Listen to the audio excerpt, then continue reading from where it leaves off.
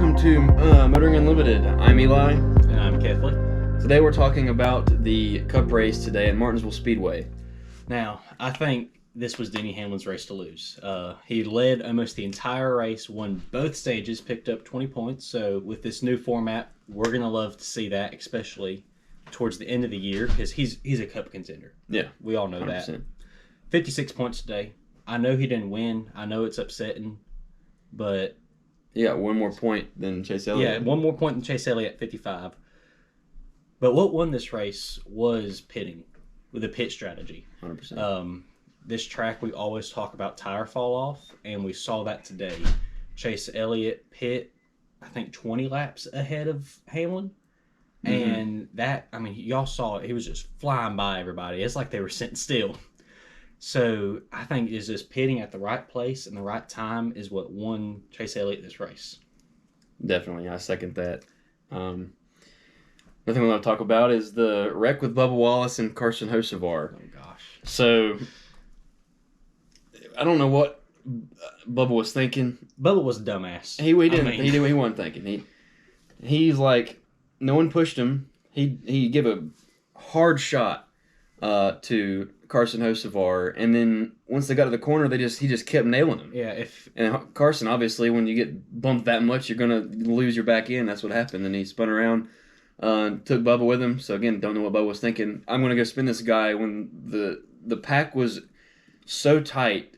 There's no way it wouldn't have gone the way it did. And this was right after a restart too. The whole field was bunched They up. were all so tight. And it's not like anybody was behind Bubba. It's not like he had someone pushing him. Yeah, he didn't get pushed into He sent Hocevar. Yeah. And I know that everybody's going to dog on Hocevar. Oh, Carson Hocevar caused another wreck. Yeah, wreck. Hurricane Hocevar caused another wreck. But that wasn't his fault. That was not his fault. And credit where credit is due, Bubba was running pretty good today. He was pretty quick today. Yeah. I think top 10. I think he had about a top 10 place car, maybe top 15. But he messed himself up there. I think it would be his fault.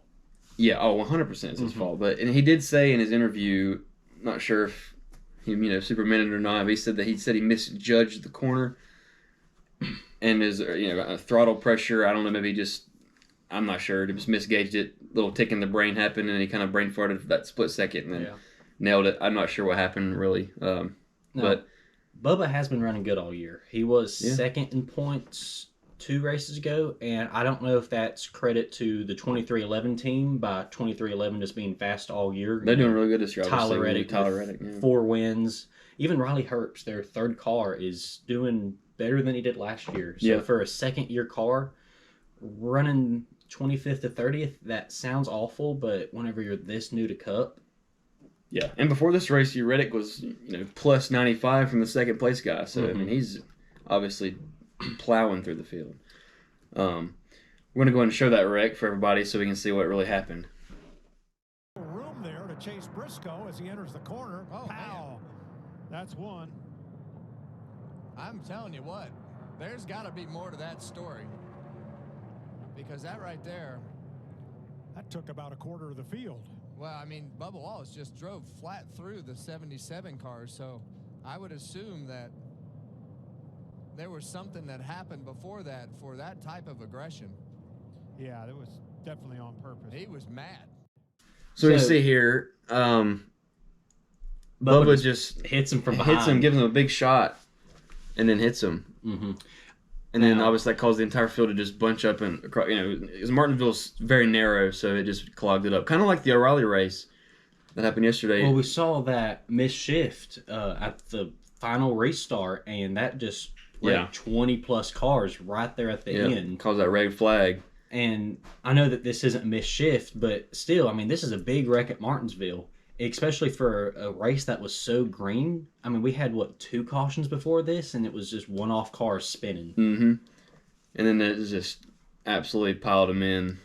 I feel bad for Hocevar because... I feel bad for Hocevar. I feel bad for, was it Nemechek that got caught whenever Bubba came down the track as well? I think it was Nemechek. The 42, it looked like... I don't know, the 42 and the 43 looked the same to me. It was the 43. They're both Dollar Tree, but they're... Eric Jones. Eric Jones, yeah. As a Briscoe fan myself, I'm glad that he didn't get any damage. Yeah. Thank God for that. He did recover. He was right there, though. Yeah. With the money. I'm surprised he didn't get hit from the behind any harder from that huge push that Hocevar got. Yeah. I also feel bad for Connor Zilic. He got a little messed up. He didn't get fully spun around, I don't think, but he definitely got messed around. Beat up, being banged up a little bit. Well, the good thing is this is Martinsville. So if you get a little ding, a little scratch, it's not going to affect your arrow. There's no car out here that didn't have a little scratch at least on a dents or whatever, and some cars had worse. Obviously, Bubba's front end was compacted after that. And the 6 got lucky too. And Keselowski, I mean, I'm watching he this squeaked again. right by. It looked like he was going to be tossed up right into the wall, but no, he just was cut right in between two wrecking cars, and I think he got very minimum damage there.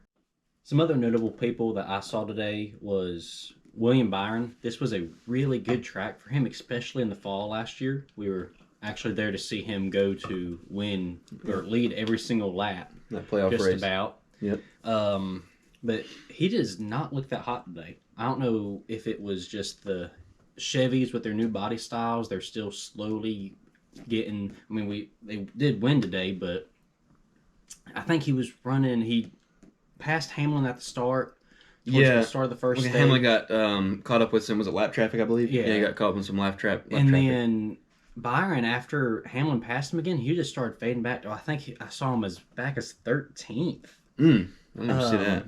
But he did finished up. He did rally for a top 5 finish. He finished 5th, so pretty good on points today. But someone else that I love to see in the top 10 was Josh Berry. Yeah. You know, good old short track racer from Tennessee. Heck yeah. It is good to see him running top 10, especially with, you know, that team not being the best. I know it's a satellite team of Penske, but it's still a one-car team. Hard to move up. And Ryan Blaney, I picked him earlier today to actually win this race because he's just always phenomenal here. All the time, just making passes after passes after passes if his pit crew doesn't fail him. Yeah. Like last year, he went from last to second place in the October race. And was gonna, I think if he had about 30 more laps, you He would could've have made it seen around. him get past Byron. But 41 points for Ryan Blaney today. That's pretty good considering this new points format where we got rid of when you're in. It's all about consistency. Yep. I'm glad they changed that too because it is. That playoff stuff was BS. It was heartbreaking last year for Connor Zilic, seeing him win, 11 races, and then at the last bit lose. Yep. Jesse Love. And no hate to Jesse Love. Yeah, he's a great driver. He played the system, but it's just, that was not right. And same thing for Denny Hamlin. He should have won the championship last year, and I know NASCAR doesn't owe anybody anything because it's racing. Yep. And Robin is racing, and you're going to have upsets like that. But just to see Hamlin's face, knowing that would be the last time his dad ever got to see him run, that was heartbreaking. And it would have been such a good story to see Hamlin win. That's not how it works. Who stood out to you today? Well, Priest was making some good runs. Obviously, what did he finish? Let's see. He finished 12th. 12th. Okay. It was a really pretty car scheme he had too, and every time they switched to him on Fox, he was running around circles around people. I mean, he was making passed passes. a few people on the outside, I thought. Yeah, he was doing really strongly here. Mm-hmm. And it makes sense because he won at Mont McGrady for the Clash this year, so he's obviously pretty good at short track. So he was one of my picks for the playoff, not playoff, the what's it called? I have no idea. NASCAR Live, the sports betting thing. Yeah, but we don't bet money. Just the All of RFK stood out to me today. You have Priest finishing 12th, Keselowski 13th. Busher was pretty running good too. really, really He good was. until he had that mess up on pit road. I think he got a bolt inside of his rotor. Something crazy happened. Yeah, they explained it on the TV. It all came undone for him, but the RFK cars have been running really well this year. I mean, we look back at Las Vegas. They were 1, 2, and 3 for part of the race. I was really surprised with them. And They're running the Biff. Be like the Biff. Be like Biff, number 16. And I think they can get a win this year. It's just going to have to be right place, right time. And it's probably going to come down to pit strategy. Yeah. Someone else that stood out to me was SVG. I know he's the road course ringer, but he's starting to figure out the ovals. He is. He ran pretty well today. Do you think he could be a championship contender on these ovals with him figuring it out? I don't know about this year, but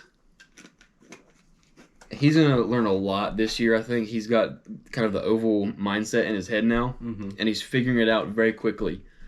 And I think maybe next year, if he can hold his stuff together, it might be a contender, somebody to beat. Yeah, and if he starts getting more and more top 10 finishes on these ovals, that's more and more points added up. Yeah.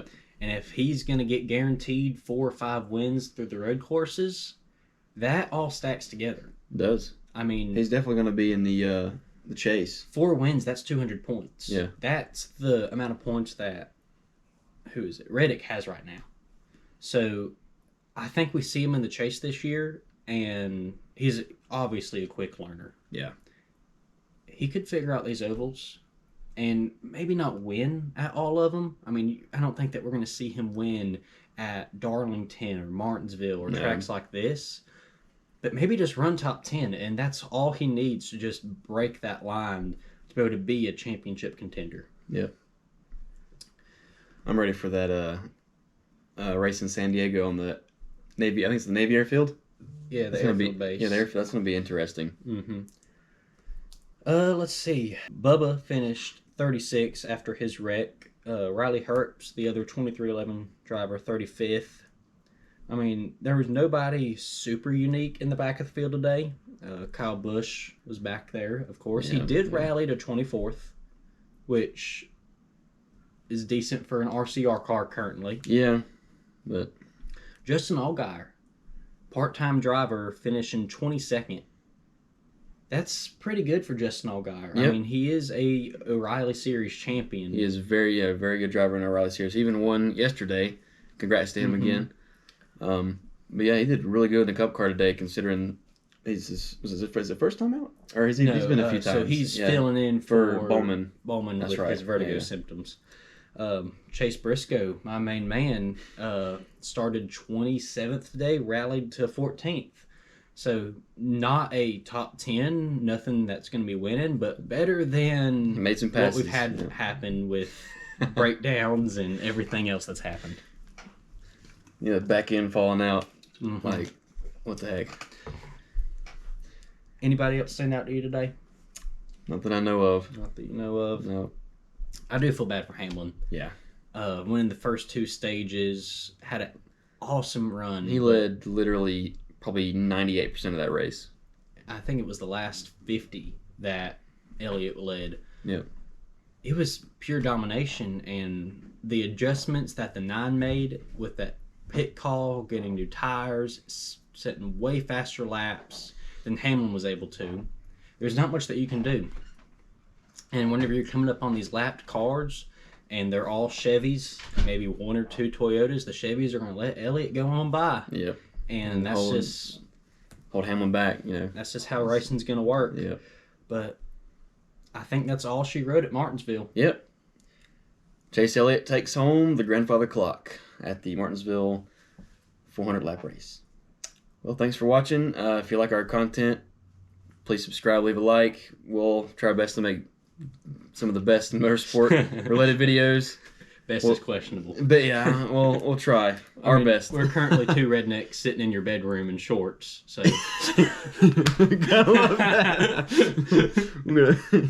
All right, thanks for watching.